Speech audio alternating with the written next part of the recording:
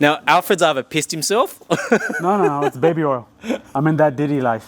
I don't need any Quaaludes to put you to sleep. Working with smother chokes today. And I'm going to be working smother chokes on Saturday as well.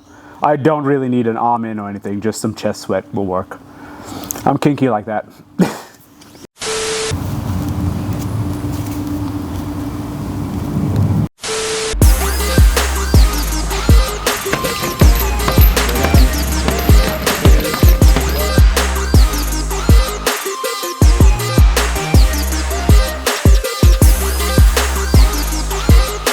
Hi guys, it's Alfred the Maker Jack here. I'm the main event of Shuriken 19 in Auckland, December 7th. Tune in, either live in Auckland to watch me put in some work. I've never had a boring fight. Me and John Vake are going to go to war.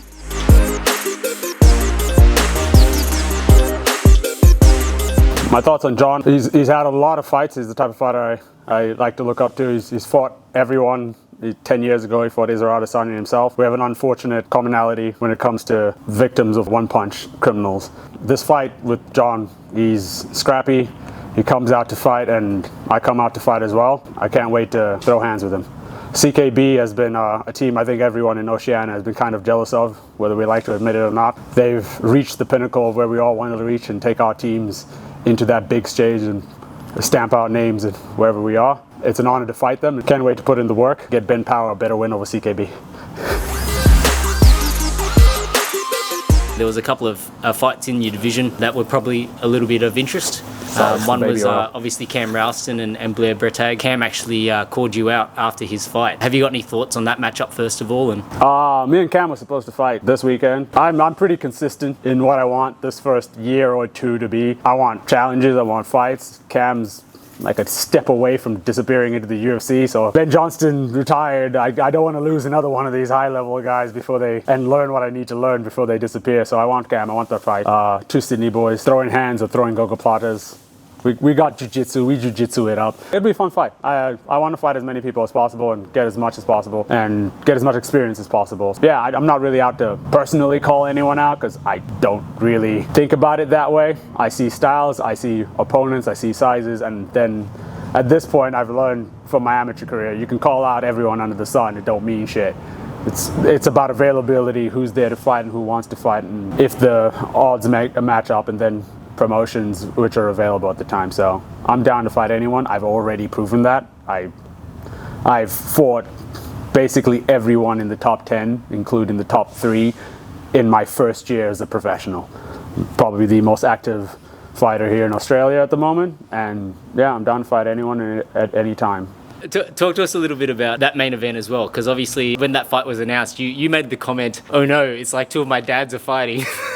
Oh yeah, my dad's fought. It was kind of traumatic right there. So Vendy and JMF, give us your thoughts on watching those two compete, especially after you've been in the cage with both of those individuals, yeah. Right? It was a privileged one to compete against both of them, just after feeling it and then watching them fight after having fought them, even though it was for a round each.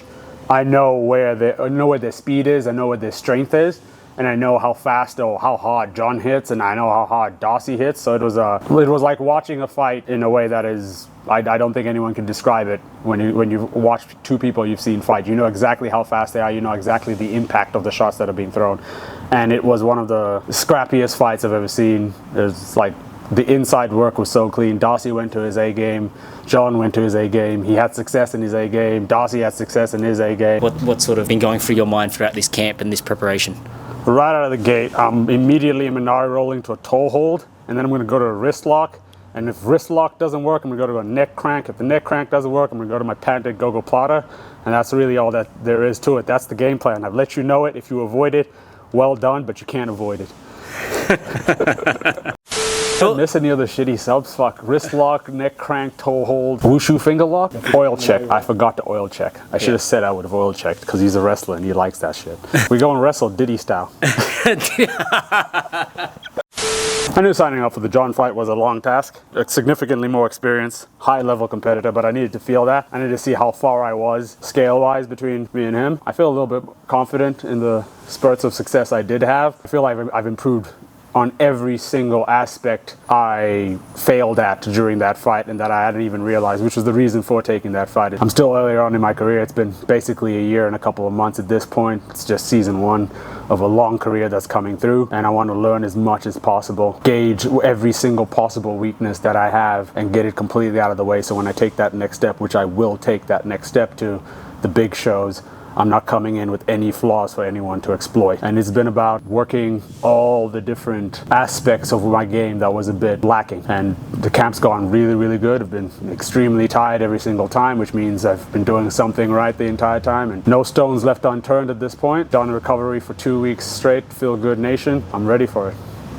For some reason, you know, you sort of developed a bit of a niche in terms of sponsorships with food places. How does that sort of work in with, you know, trying to be disciplined about the eating? One, I'm a fat, so yeah, I like to like eating good food that is actually still has nutritious value. So as much as you might like see me eating junk food, it's not really junk food, because the places that sponsor me and the places that I put on my back and champion to you are the highest quality of what they are. Smoking Gringos is the highest quality of tacos that I've had here in Sydney, and I've tracked the macros and everything in them because I've had to. I'm not just a fat, I'm a smart fat. They're amazing, and the proof is in the pudding. I have fucking abs out eating Smoking Gringos every single week this entire camp, and I've always made weight and never missed it. Cheeseburger Factory, same thing. They do everything from scratch when it comes to the burgers there. They make the patties, they make everything, and you can taste it, you can feel it. And the fact that after you eat either Gringos or Cheeseburger Factory, you can go and train, you can go and do stuff without feeling that crash you get from eating regular junk food. Any brands or businesses out there that want to work with me and get on board and support one of Sydney's own homegrown fighters, and I'll champion you at the highest that I possibly can, please reach out to my team at Athlete's Edge and they'll get in touch with you and what we can do for you going forward. Your main event for Shuriken 19, December 7th on UFC Fight Pass at Event Finder Stadium in Auckland. I will see you there, or you'll see me live.